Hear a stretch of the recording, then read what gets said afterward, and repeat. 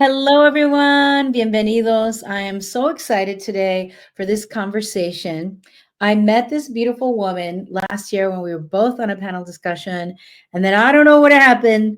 We were sharing, there were tears, we connected, and then I bumped into her again, and we're like, oh my God, we got to do this. So, por favor, and please, everyone, open your hearts for Hattie B. McCarter. Hattie, you're here. Yay. Yay! Thank Yes, you. I'm so Thank glad. you. We're gonna go deep. We're gonna talk. Maybe we'll cry. Who knows? Maybe we'll Okay. laugh. But before we go in, I definitely want to read this beautiful woman's bio.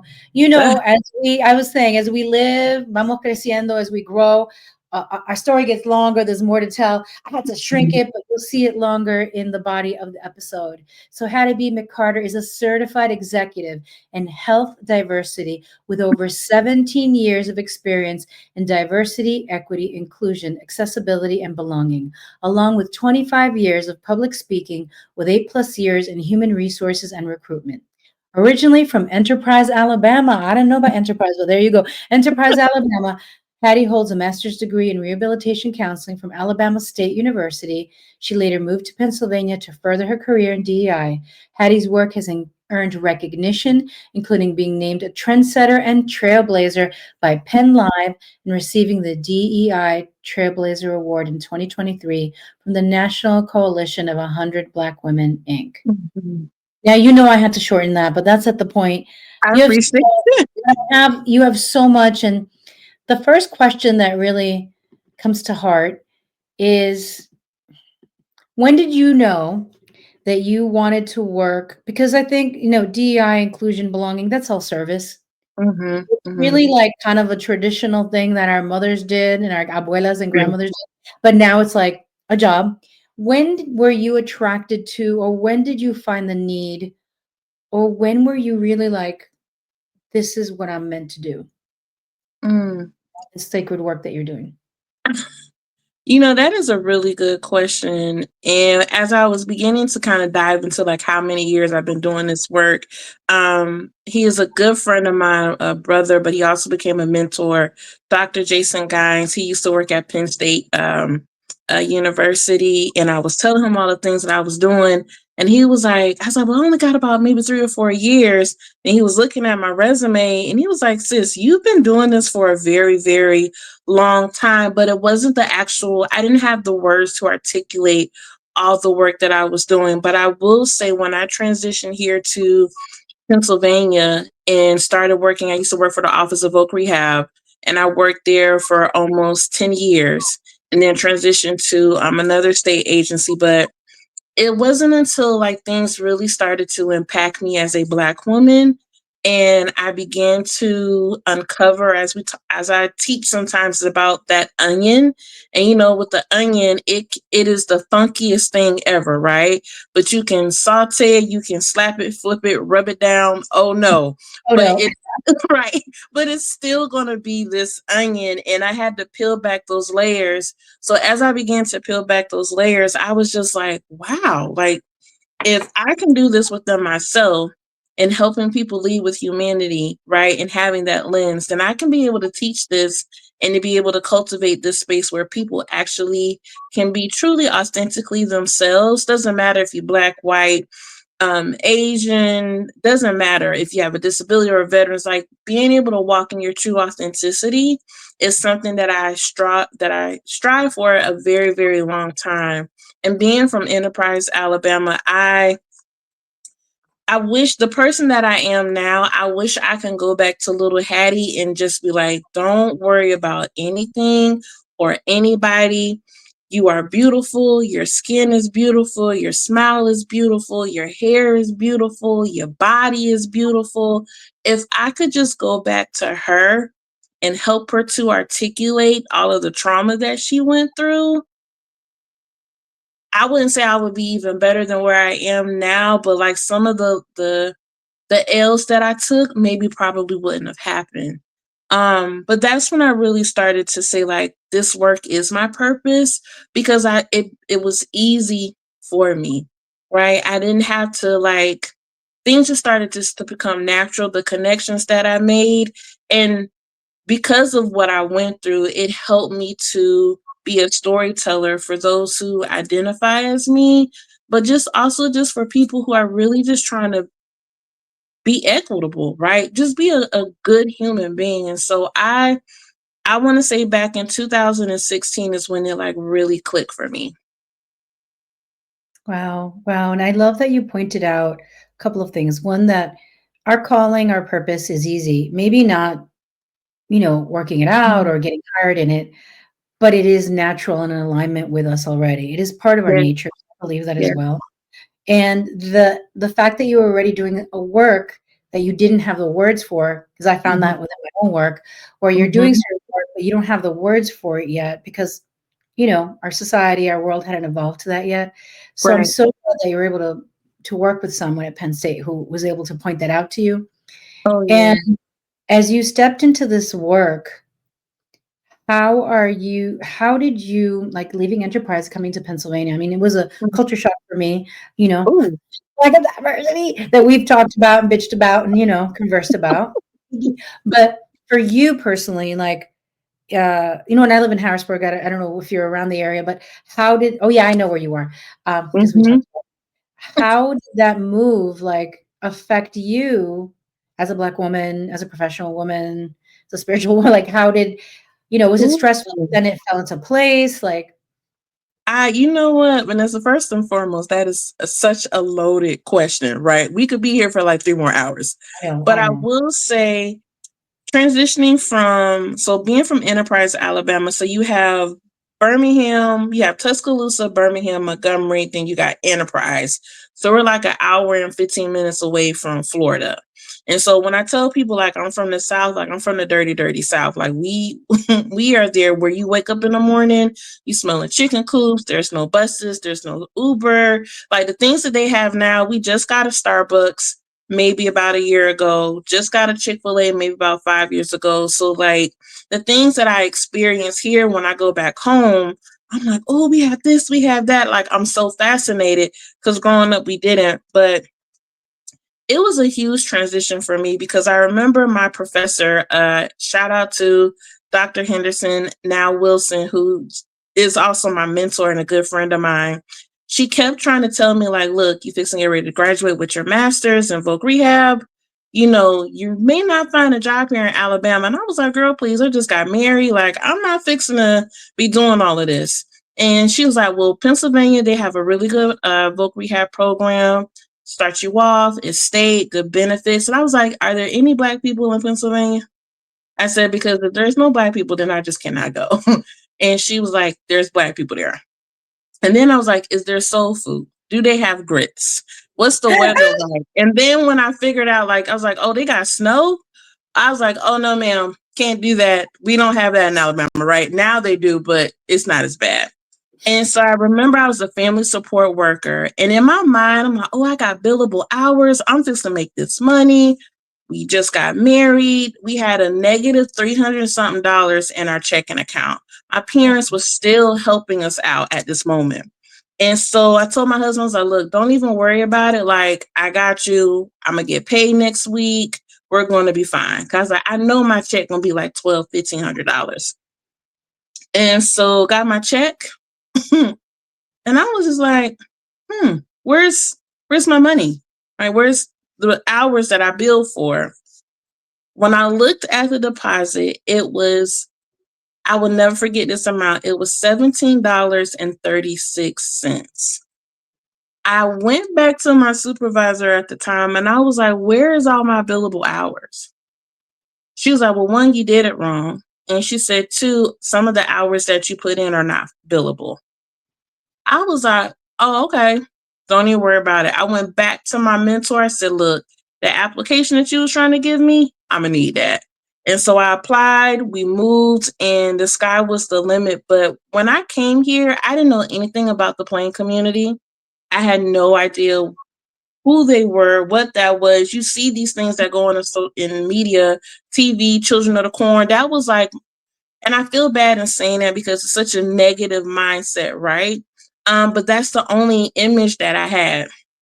So coming up here, living where I live, it is a predominantly white area. It is very country, but there are a lot of diversity within this area, but I didn't really get a true essence of diversity until I started working in Harrisburg. And I was just like, okay, this is where my people are at. The Singers Lounge, which, if you don't know anything about Harrisburg, you got to go to the Singers Lounge. Like Eris and the people who sing with her, Phoebe, they are amazing. Nova is amazing. Anyway, shout out to them. But just, I was beginning to get integrated into that space, and I felt welcome in a place where there were people who were walking down the street that looked like me. So I started to intentionally integrate myself into a lot of community things. But the transition from Alabama to the North is very hard because in Alabama, racism is in your face, right? You know what it is, you know where to go, where not to go. They teach you very young about these sundown towns. And so I was already aware of those type of spaces. So when I came up here, I was just a little, I was lost for words because you would experience some type of ism and then you're like, well, maybe that wasn't it, because they still talk to me about, certain things. They ask about my family, blah, blah, blah. And then you get hit with these microaggressions. You're like, no, I thought we were cool, or, thought you understood. We was on the same page. So as a Black woman living here, I had to kind of really take a step back and not always call people my friend, not always try to do all these things for people. I just had to be more aware, right? Because in the South, you know what it is, because it's embedded in you. Like, I remember my dad used to tell me every time I used to go to school, he's like, remember, you're still Black. And I'm like, I know that. Why do you keep telling me that? And it wasn't until I got older, he was telling me that because yes, you are out here, you are young, you're doing all the things, but you can't do what everybody else does. There's always going to be a magnifying on you. You always are going to have to work 10 times harder. You're always.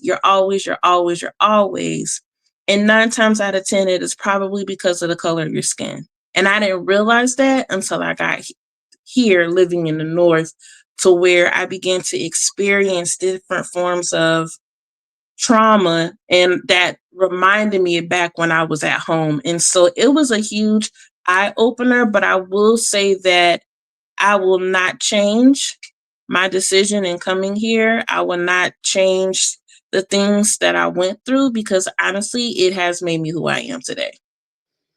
Thank you for sharing that, and I'm so sorry Mhm. for your experience. Um, Yeah. it's there's like no words, but I think continued education, continued exposure, Mhm. people Mhm. listen to this. I know that more people. This is the podcast. It's all over LA, Texas, all Florida, New York, even some people in Amsterdam. Hola, Hola. Australia, right in Australia. But Mhm. now more people are listening to it in Pennsylvania, and I hope y'all are listening to this. Um, and yes, it's really I can relate, just in my little space of just like being Latina, Mhm. which is different from your experience of the microaggressions and my Mhm. husband as well. Um, and what you were talking about children of the corn. I just want you to know that when I first moved here and it got to the summer and there were all these cornfields and I took out Mhm. a video for my family in Miami and I stuck my head out and I screamed, "Ah!" And I showed the corn behind me. And, I feel bad too. But at the same time, I remember when we first got here, I looked up at this little house on the hill Mhm. somewhere between Harrisburg and Hershey. There's a lot of land and more country. Mhm. I said to my husband, am I just the weirdo? And I did not watch horror movies, but I was like, am I the only weirdo that feels really stressed to see a little house on top of a hill where there's Mhm. nobody else? And maybe there's Mhm. somebody screaming in that basement chained to a pipe. You know what I mean? I'm like, am I a No. weirdo? And my husband said, I'm from a city too. I'm the same weirdo. We're like, oh, that's why Yeah. we're married. We're both weird. Like, we'd rather be in a city where people are doing things that we can scream help and somebody will listen. Yes. So now that you have been here a while and you say that you wouldn't take it back even though you've had to deal with a lot, uh, Mhm. how does your work come in to because your work is literally to shift and change and Oh yeah, transform what you're experiencing every day. right, right. So how does that work play out? Like, how do you go into companies, organizations? How do you do your work? And how does that play? So I am a storyteller. Like I love connecting with people's hearts. And so my tag, I consider myself a cultural strategist, right? And culture just to me doesn't mean policy, is meaning finding a strategic way on how we can cultivate this space of humanity. And so my tagline is that we are in the business of mending hearts and shifting mindsets. Because I tell people that once I connect with you here, everything else is, it won't be smooth sailing, but this is where you establish respect, where you establish trust, where you establish a sense of cultural competency, but also where this is a moment where we have to be vulnerable but humble at the same time. So it's these pieces that we're putting together to help rebuild this, because this is the most important thing. So once I help organizations, and more specifically leaders, kind of tap into that vulnerability space, which is hard. And I will say that that is one of, not necessarily for their staff, but leaders sometimes have this disconnect with their people. So where like I can't be vulnerable, I can't show you emotions because I have to lead. But as a business owner, but also as an employee, that is one of the things that I look for is like, how do we connect? I don't want to know all your business, but I at least want to know how I connect with you. What are your likes and your dislikes? What drives you, but what also triggers you at the same time? So if I know that I am causing that, then I need to be able to shift that so that your mindset just won't stay in that traditional space. And so I really truly believe that the start of this work is the heart of this work. It is at our core and who we are. I don't care about numbers. I don't care about policies. I care about people, because people are the ones that are driving all organizations. And I think what is happening right now in this world, like I've never been so stressed and so overwhelmed, and sometimes I find myself enraged because I'm like, people are hurting, people are going through, people don't know what end is up and what is down. And it's Yes. like right now, there was a guy that I work with, he said something so profound. He said, right now, he said, people are just soldiering their way through. And I'm like, he's absolutely right. We are soldiering our way through this very time of uncertainty, the time where hate trumps love, a time where bigotry is accepted, a time where people just are not being authentic and allowing folks to have a seat at the table. One of my heroes or sheroes is Shirley Chisholm. She was the first African American woman congresswoman to run for president. And her famous quote is, if you don't have a seat at the table, bring a folding chair. And I tell people that I'm in the business of bringing folding chairs. I want everybody to have a seat. I don't care who you are, what you look like. As long as we get this work done, and if we make money in the process, cool. If not, then it is what it is. But like, there is so much in this world that we can benefit from. And so as I engage with organizations, this is what I'm trying to connect them to. We'll get to the policies and stuff later, but I need you to be able to connect here, because people will work for you if you know them, if you see them, if you respect them, and if you value them. If you have those four things, they're going to be your most productive employees. They don't mind doing overtime because it's like, you know what? My boss, they got me. Mhm. They respect me, so like I don't mind it. And even if there is some time of where you are uncomfortable having these uncomfortable conversations with each other, at the core that it is not intentional. It is about, okay, I have to correct you in love. I have to correct you so you can be better. And you may not want to stay here, but at least if you do, like, you're better for the next place and the next place, but also to be better for yourself. And so that's how I do this work. And at first I thought I had to be about, going in here, being corporate and all of that. I'm like, it's so not me at all. I mean, you're just so loving and you're so open-hearted, and, that's, I think, what, like, connected us when we first met, Oh uh, yeah. because I think, building a business, we do it with our hearts, we do it with our souls. I mean, there are people who are entrepreneurs who they're like, "This is a good idea, I'm gonna go invest in that." Mhm. People who are like, "Here's my money, do that, that's that." Um, Mhm. then there's other people who are like, "This is something that I wanna have." Like, I wanna people are like, "Can you make an app for your business? Can you do that for yourself, and then you don't have to deal with people?" I'm like, "But Mhm. why would I wanna do that? Like, I can have downloadable programs." But Right. the work that you're doing, the work that I'm doing, we want to be with people. Absolutely. That's the thing that's calling us, right? So I love everything that you're sharing. I love how you lead with heart.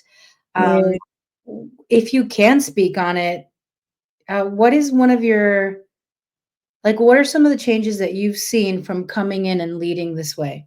Like with Mm. an organization or corporate setting or Um, no names, we some don't need, of course. No, no, no. Some of the things that I have seen is that you can tell, first and foremost, I hate it when it's like, oh, just another DEI training. And so I don't even come in like that anymore.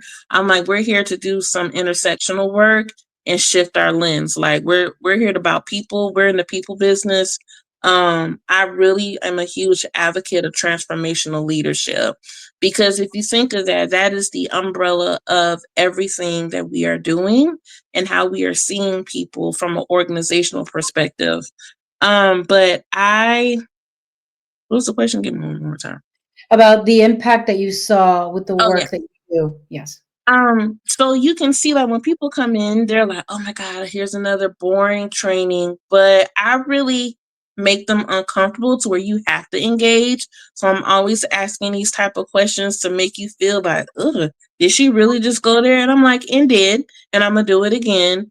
But you can tell like how the guardrails begin to come down, right? Especially of those of the dominant culture, and I tell them, like, look, there's going to be some ouch moments as we begin to have these conversations. I said, and if you feel that, raise your hand or wait till we go on break and we can have a one on one conversation about it. I was like, but if you are not here if your goal was to come in here and to not be impacted or to not evoke change, then I'm giving you permission to leave Oh, I and love that. pause. And I'm like, here is the door. I said, I've already said this to the people who have reached out to me that if people don't want to be here, I cannot make them do that because those are the individuals that are probably, I don't want to say you're bad employees, but those are the individuals that are probably a continuous barrier for your organization. And hopefully, if they do get up and leave, then that's going to probably affirm some of the things that you were feeling. And then this is where y'all need to have a conversation because you can't be in the people business and hate people. I don't Can understand it. you How say are it you? again for the people in the back? I'm just like, how do you do that and you don't want to work with people? I'm like, Mhm. we work with some clinicians, and I'm like, how is it that, like, look, everybody has their own beliefs, but Yeah, if this person identifies as trans, it doesn't matter. They just came in for a sinus infection. Work on that. And I'm like, and however they identify, that is their business. That has nothing to do with you. right. They're not coming in here to get counseling. They're not coming in here to get prayer. You don't know their faith level. They're just coming in for a sinus infection. Treat Yeah. that, right? See them for who they are. They know what they're going through.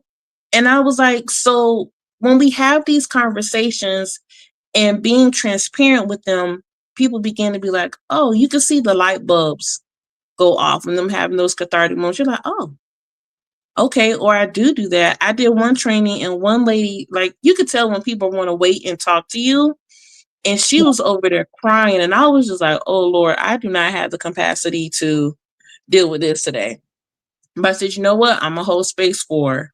She was one of the CEOs that I work with, and she was bawling. And I was like, well, was it something that I said? Did I offend you? She was like, no, you just brought a lot of things to the surface for me. And you made me begin to reflect on how I engage with my staff and how I just need to be better. And I Mm. said, good. I said, so first step is you acknowledge. Second step is give yourself some grace, right? I said, because that's saying once you know better, you got to do better. Yes.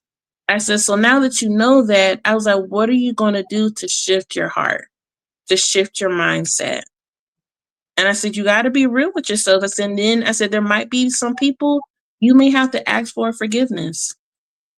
And if Mhm. they give it to you, cool. If they don't, you just have to accept it and move on.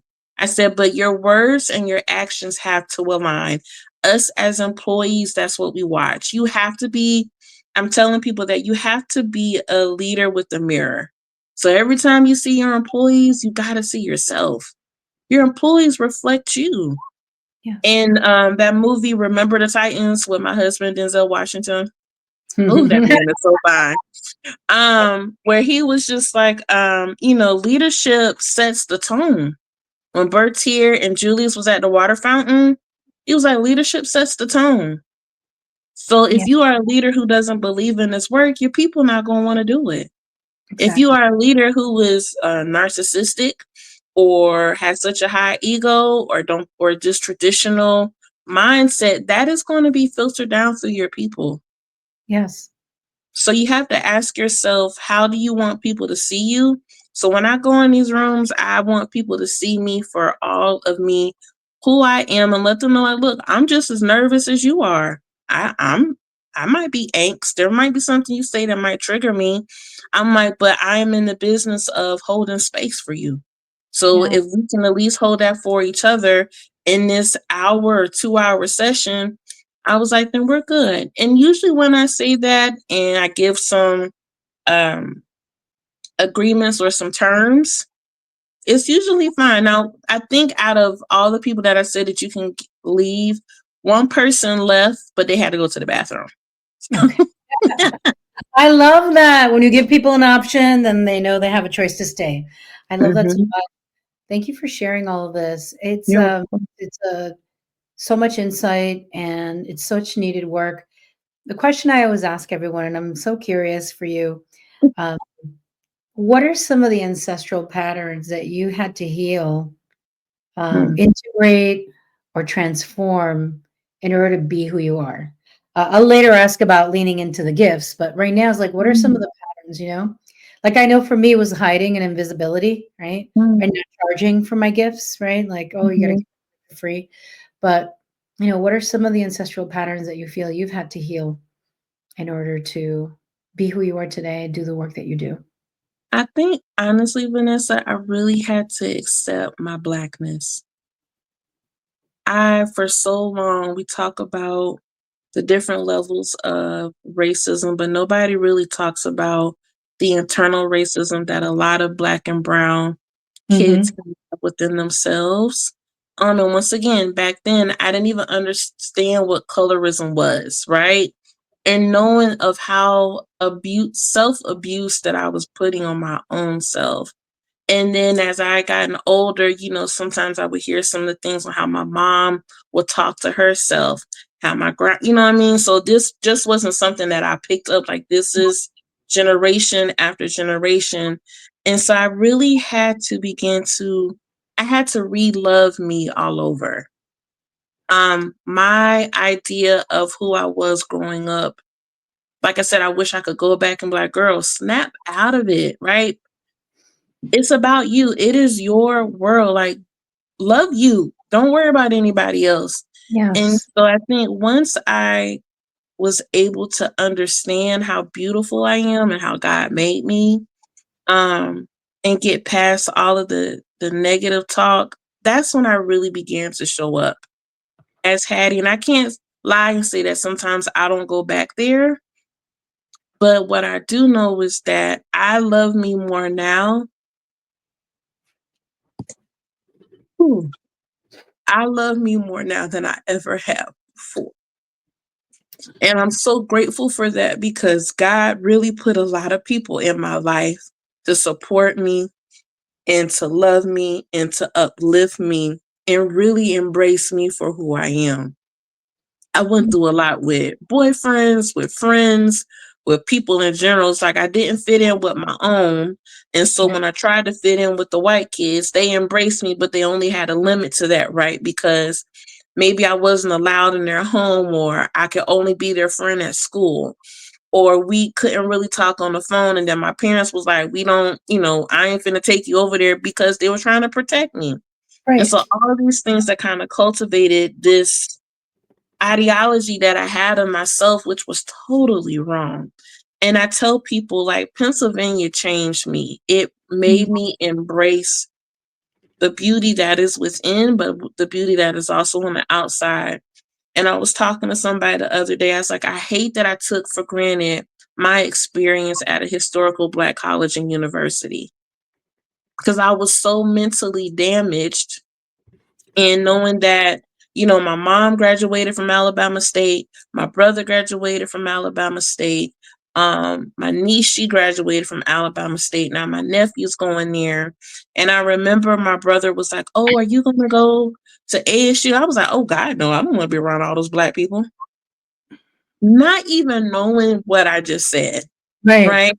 And then full circle, I went to UAB, I got severely sick, almost died, Oh came my. back, graduated with my bachelor's and my master's. And I'll tell anybody that was one of the best experiences I ever had. And I said, if I would have started there, I probably would have got my doctorate from a Mhm. historical Black college university. But it took me a long time. So I just think about, like, I'm like, man, I was like, I really hope that I'm making my ancestors proud now. I'm really hoping that I'm making my father proud. He passed away in 2016. And Mhm. that's kind of where that light bulb went off for me too. Like, okay, he made me take a public speaking class when I was 19. And I was like, I'm never going to do this. Why do you want me to do this? And he's like, you're going to take this class. And in my mind, I'm like, bruh, why? This is not what I want to do. But he saw something in me. He already knew that I was going to be here. And so there are moments to where I think, like, man, Dad, like, I really hope that I am making you so proud. He used to call me his Condoleezza. And I was like, I don't know if I'm Condoleezza. I was like, but, I was like, I'm picking up what you're putting down. But I love I was like, that. I just wish, it's always like, man, I could just say, girl, knock it off, get yourself together. But me coming into this space now, like, I so adore me and who I am and how I show up.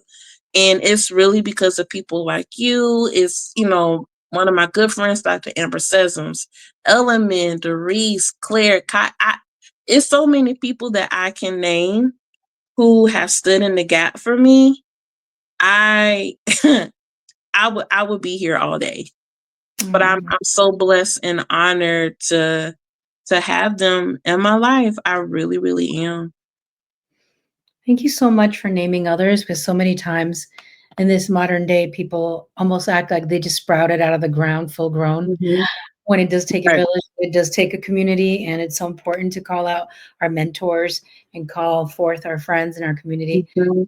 So much. Gracias for sharing that. And I hope that, for everybody who's listening, especially because of the colorism in South America, across Latin Mhm. America, we've been colonized.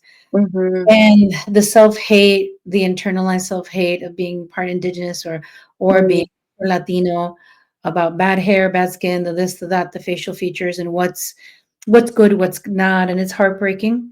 And Mhm. it's important for us to love ourselves the way we are. And you've done a tremendous thing, because the messages that you had people who love themselves, but you also heard the messages of, well, why would I want to go with all those black folks, right? Yeah, Because yeah. I've heard that before. So, it's like, and I've heard that also with Latinos. Well, why yo me voy a meter ahí con todo lo latino? They're like, what the fuck are we doing?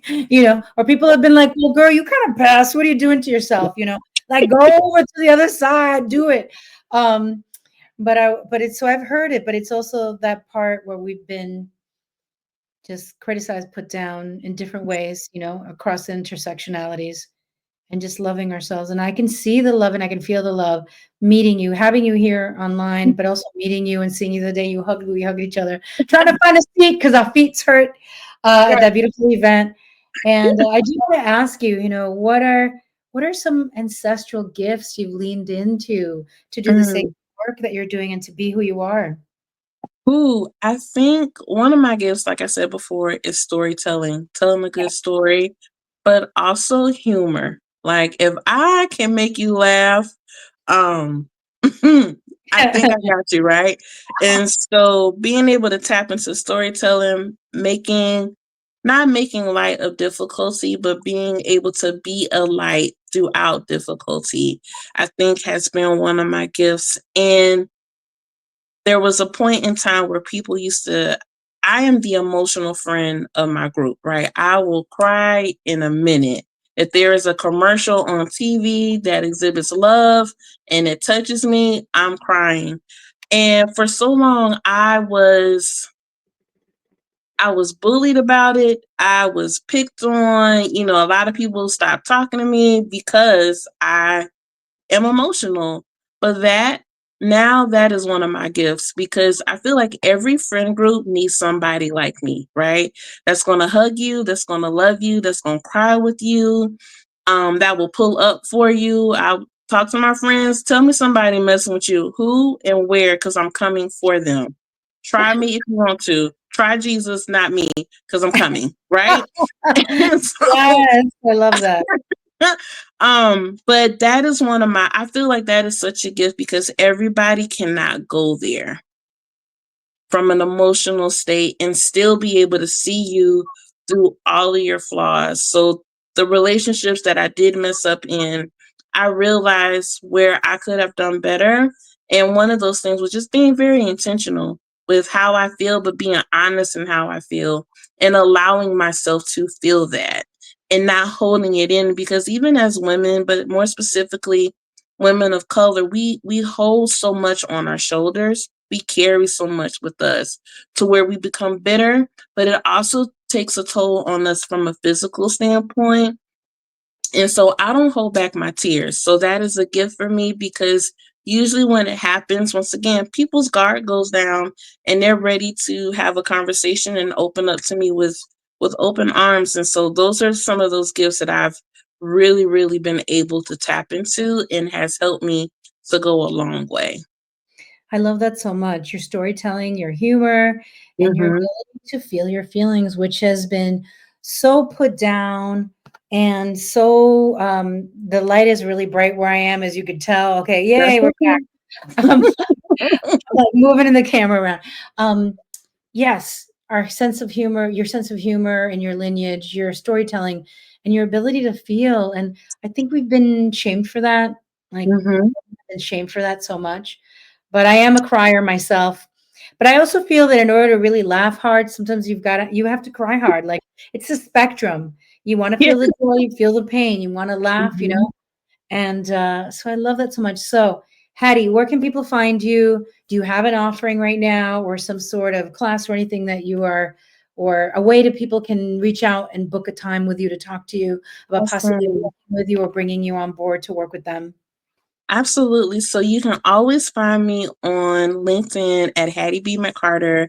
I also have a website that I did myself, which I'm super, super proud of, right?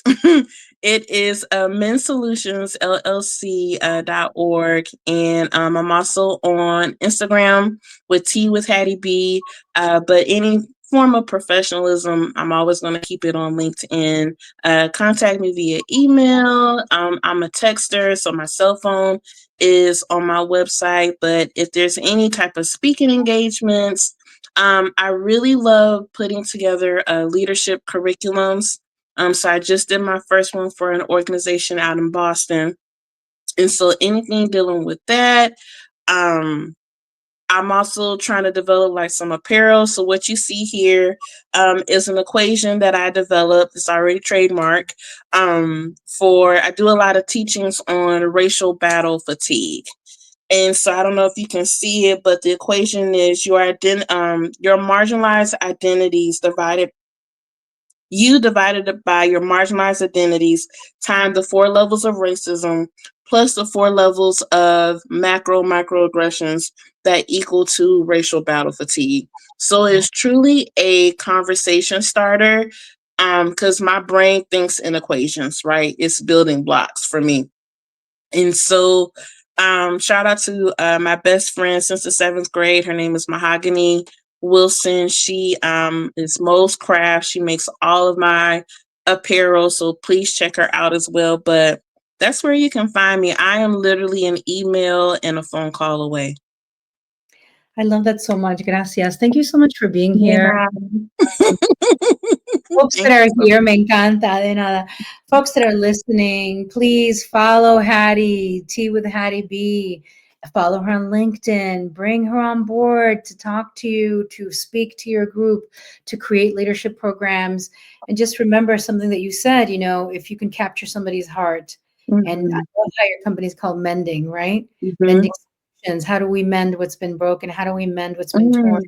And boy, do we know that we need that right now. Así que let me know how you feel about this conversation. Follow her and remember to keep flowing, keep our hearts going, and to keep connecting and giving ourselves grace and giving other people grace. We're all going through it. We're going through it differently.